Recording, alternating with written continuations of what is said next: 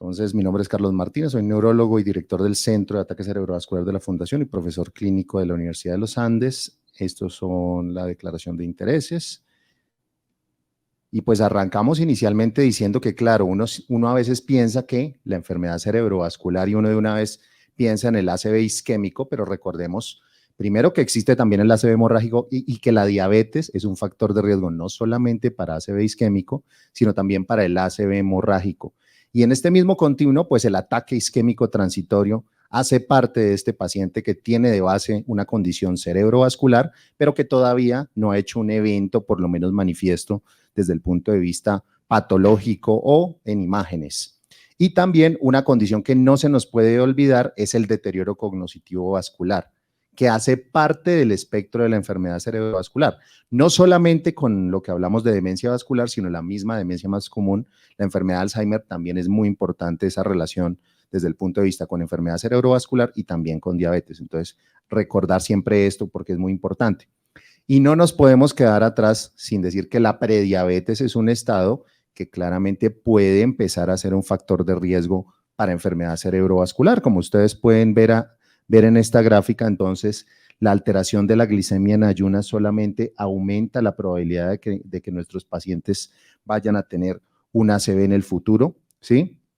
Pero también digamos, si utilizamos otros criterios, pacientes con alteración de la glicemia en ayunas o en pruebas de tolerancia oral a la glucosa, pues también estos pacientes tienen un mayor riesgo potencial de hacer una ACV en el futuro. Ahora, ese riesgo se ha catalogado como leve a moderado, pero existe y hay que tenerlo en cuenta. En cuanto a la circulación cerebral, que es pues el objetivo, digamos, en parte de esta charla, tiene unas particularidades que la hacen única con respecto a otros órganos. Ustedes saben que, por ejemplo, el cerebro es un órgano altamente metabólico y a pesar de corresponder solamente al 2% del peso corporal, se lleva el 20% de la volemia cada minuto. Entonces, imagínense la complejidad metabólica que esto implica. También el concepto de autorregulación cerebral, y ustedes ven aquí la curva clásica de la autorregulación cerebral, que si bien pues ha cambiado a lo largo de los años, todavía mantiene su vigencia, y es esta capacidad que tienen los vasos sanguíneos cerebrales de adaptarse a los diferentes niveles de presión arterial. ¿Para qué? Para mantener ese flujo sanguíneo cerebral constante en unos rangos bastante amplios que ustedes pueden ver ahí. Adicional a ello, este concepto de la perfusión cerebral diferencial. Nosotros en la circulación cerebral, no solo entre circulación anterior y posterior, sino entre izquierdo y derecho, el cerebro autorregula esa perfusión. Entonces, de acuerdo a las necesidades metabólicas, de acuerdo a lo que esté pasando desde conceptos fisiológicos, pero también patológicos, el cerebro es capaz de distribuir el flujo sanguíneo de una manera diferencial según lo requiera. Y finalmente, pues la barrera hematoencefálica que todos conocemos y siempre la conocemos como un concepto protector y de hecho lo es. Esa barrera hematoencefálica que implica no solamente la membrana basal, el endotelio, sino los astrocitos, los pericitos, es un factor protector para el cerebro, pero en ciertas condiciones patológicas, cuando queremos tratar al paciente, también puede volverse en una barrera importante.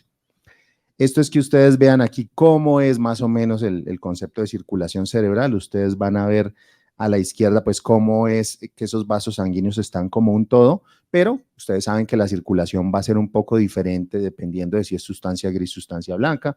La sustancia gris arriba generalmente está por esos vasos piales y esas ramas de los vasos piales que van a irrigar lo que es la corteza. Abajo ustedes ven ya la sustancia blanca y esa sustancia blanca de esos vasos piales hay vasos perforantes, esos vasos perforantes se meten en el tejido y van a irrigar lo que es la sustancia blanca y finalmente la gigantesca red de capilares arteriales y venosos que pues irrigan el cerebro y que ustedes ven en esa gráfica ahí, al menos parcialmente, porque eso es lo que nos deja ver por lo menos el ojo. Bueno, en cuanto a los mecanismos de la ACV y diabetes, digamos, no es muy diferente probablemente a lo que podemos encontrar en mecanismos de fisiopatología en otras estructuras a nivel vascular sistémico. Entonces empieza con el concepto de la resistencia a la insulina y esta resistencia a la insulina está mediada por esos lípidos bioactivos como las ceramidas, el diacilglicerol, que van a hacer que se presente este fenómeno. Después esa resistencia a la insulina, al menos en la diabetes tipo 2, va a llevar a fenómenos de hiperglicemia. La hiperglicemia conlleva fenómenos de oxidación, producción de radicales libres, disminución de los mecanismos de barrido de esos radicales libres, pero adicional a ese aumento de los radicales libres y de los fenómenos de oxidación, también hay fenómenos inflamatorios a través del aumento de los linfocitos T, de factores proinflamatorios, y toda esta cascada se da en estas cosas, y generalmente lo que se produce es una disfunción endotelial, y esa disfunción endotelial lleva a menor producción de óxido nítrico, ¿sí? Y también de óxido nitroso, perdón, y nítrico, perdón. Y el óxido nítrico también, adicionalmente, tiene problemas para actuar a nivel de la musculatura lisa del vaso sanguíneo, pierde esa reactividad. Y todo esto lleva a disfunción endotelial y a un concepto de aterosclerosis acelerada. O sea, básicamente va a aumentar la aterosclerosis, tanto a nivel de vasos grandes como a nivel de vasos pequeños. Y a la derecha ustedes pueden ver otros factores implicados, como por ejemplo es esa regulación a la baja de microRNA, por ejemplo en este caso el 126, 124 y 223, que tienen funciones neuroprotectoras. Entonces, si sumamos todo esto, la resistencia a la insulina, fenómenos de oxidación, fenómenos inflamatorios, regulación a la baja de microRNA, que es protector, todo esto se va a dar en el paciente diabético y va a llevar a la vasculopatía que estamos viendo a nivel sistémico y a nivel particularmente del cerebro y de la vasculatura del sistema nervioso central. Esta gráfica es para verlo ya en un concepto más macro. Entonces, la diabetes como eje principal lleva a inflamación sistémica, el endurecimiento de las arterias, la disfunción endotelial, todo esto lleva a aterosclerosis acelerada en el contexto de un paciente que adicional a ello tiene otros factores de riesgo, hipertensión, microalbúmin, alteración renal, que tiene también alteración en los lípidos, y todo esto lleva a disfunción cardíaca, es decir, se van juntando por diferentes vías y el resultado de todo esto pues es el ACV como tal. Esta es la patología de la circulación cerebral y quiero que se fijen muy bien en la gráfica de la izquierda, es decir, todo ese contexto. A uno siempre que le hablan de microvasculatura, uno siempre piensa en el ACV lacunar, ¿cierto? Es lo que se le viene a uno a la mente. Sin embargo, el ACV lacunar es apenas una pequeña manifestación de lo que es la enfermedad microvascular cerebral. Y ustedes pueden ver ahí cómo incluye no solamente esas lagunas conocidas, sino la enfermedad de sustancia blanca. La enfermedad de sustancia blanca es crítica y juega un papel determinante en el desarrollo de deterioro cognitivo en el paciente que tiene enfermedad cerebrovascular. También puede llevar a infartos un poco más grandes que las lagunas clásicamente descritas. También a la derecha ustedes ven eso que dice EPBS, son los espacios perivasculares dilatados, que parece ser un primer mecanismo fisiopatológico. Y no se les olvide que la enfermedad de pequeño vaso también conlleva el riesgo de ACV hemorrágico, ¿sí? Probablemente la microvasculatura sea la más afectada con la diabetes y de ahí la importancia de este mecanismo. A la derecha ustedes pueden ver el otro mecanismo que ya es lo que es el compromiso de gran vaso y el compromiso de gran vaso o de mediano vaso que lleva a aterosclerosis, obstrucción o embolismo arterial. Muy bien. Entonces, teniendo todo esto en cuenta, uno dice, bueno, el impacto de la hiperglicemia es tenaz y lo vamos a ver en el contexto agudo, es decir, en el paciente que llegó por urgencias con un ACV isquémico agudo. Y ese paciente en general le va peor entre más alta tenga la glicemia cuando llega. Ustedes pueden ver aquí cómo el resultado neurológico de estos pacientes en el mediano y largo plazo es peor entre más nivel de glicemia. Ustedes ven los niveles de glicemia 150, 250, 350, y entre más alto llegue el paciente, probablemente su resultado funcional vaya a ser peor. Y no solamente el resultado funcional es peor, sino aquí abajo podemos ver las complicaciones, entre ellas la más temida por nosotros, que es la complicación hemorrágica. También el nivel de glicemia es un predictor de complicaciones hemorrágicas en ese paciente que llega agudamente con un ACV, ¿cierto? ¿Y por qué se da esto? Varios factores. Dijimos que se correlaciona mucho este nivel de glicemia con ese pronóstico neurológico, entre otras cosas porque aumenta el área potencial de infarto. Y al aumentar esa área potencial de infarto es porque se ha reducido el tejido de penumbra que nosotros podemos, al que nosotros podemos llegar a salvar con la reperfusión. No solamente por esos mecanismos intrínsecos en ese tejido, sino también por mecanismos que inactivan el medicamento que nosotros utilizamos, que es el activador tisular del plasminógeno. También eso nos lleva a aumento en las tasas de sangrado por ese daño tisular. y a la derecha ustedes ven en esa gráfica los mecanismos propuestos. Entonces, esa disminución del tejido de penumbra, por ejemplo, es por aumento del lactato, que lleva a fenómenos de vasoconstricción en ese lecho, que yo lo que necesito es que esté perfundido.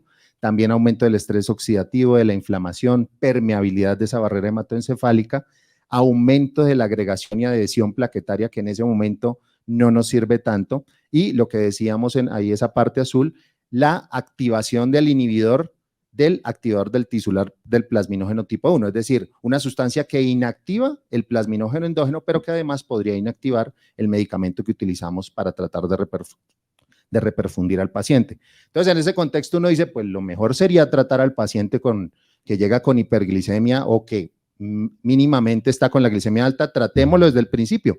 Y se han hecho ensayos al respecto. Y lastimosamente, pues los resultados no han sido tan buenos por varios factores. Entre ellos, ustedes pueden ver ahí a la izquierda el desarrollo de hipoglicemia. Entonces, claro, yo lo puedo tratar por protocolo. Digo, todo paciente que llegue por encima de 130 la glicemia le voy a poner insulinas para mejorar su resultado funcional. Pero el problema es que puedo tener el riesgo de hipoglicemia. Y la hipoglicemia es tanto o peor que la misma hiperglicemia en el paciente. Y lo otro que no se ha podido demostrar es que haciendo ese control tan estricto de la glicemia sea mejor. Ustedes ven a la derecha como el ranking menor a 2, que es un resultado funcional que se considera bueno o muy bueno. Realmente no hay diferencias entre los que se les hace un control estricto, por ejemplo, tratar de mantener niveles entre 80 y 130 de glicemia, mientras versus pacientes en la recomendación actual entre 140 y 180. Y eso lleva a que las guías tengan recomendaciones un poco tibias, digámoslo así, y es la hipoglicemia, hay que tratarla, eso es clarito, paciente que llegue hipoglicémico, que no es usual en el ACV, pero si eventualmente llega, hay que tratarlo definitivamente o en el post-trombolisis, porque eso empeora los resultados neurológicos, y también a unos niveles entre 140 y 180, mantenerlos ahí, ¿sí? Sabiendo que esto es producto de que no se ha podido demostrar que otra estrategia sea tan efectiva. Y en la parte de trombolisis, definitivamente el paciente que llega hiperglicémico puede tener un peor pronóstico, pero esto no debe ser una excusa para decir a este no lo trato. De todos modos, se pueden llegar a beneficiar más que no hacerles nada. Si miramos las recomendaciones europeas son similares, de pronto la única diferencia es que en las recomendaciones de Estados Unidos los pacientes por encima de 400 son una contraindicación. Los europeos dicen, de acuerdo, probablemente no le va a ir muy bien, pero si usted no le coloca el trombolítico, probablemente el resultado vaya a ser peor. Entonces, ellos se decantan por recomendar el alteplase incluso en pacientes con niveles de glicemia por encima de 400, que igual, pues tampoco es que los tengamos tan frecuentemente. En cuanto a la parte ya no de la parte aguda, sino de prevención secundaria, nosotros vemos cómo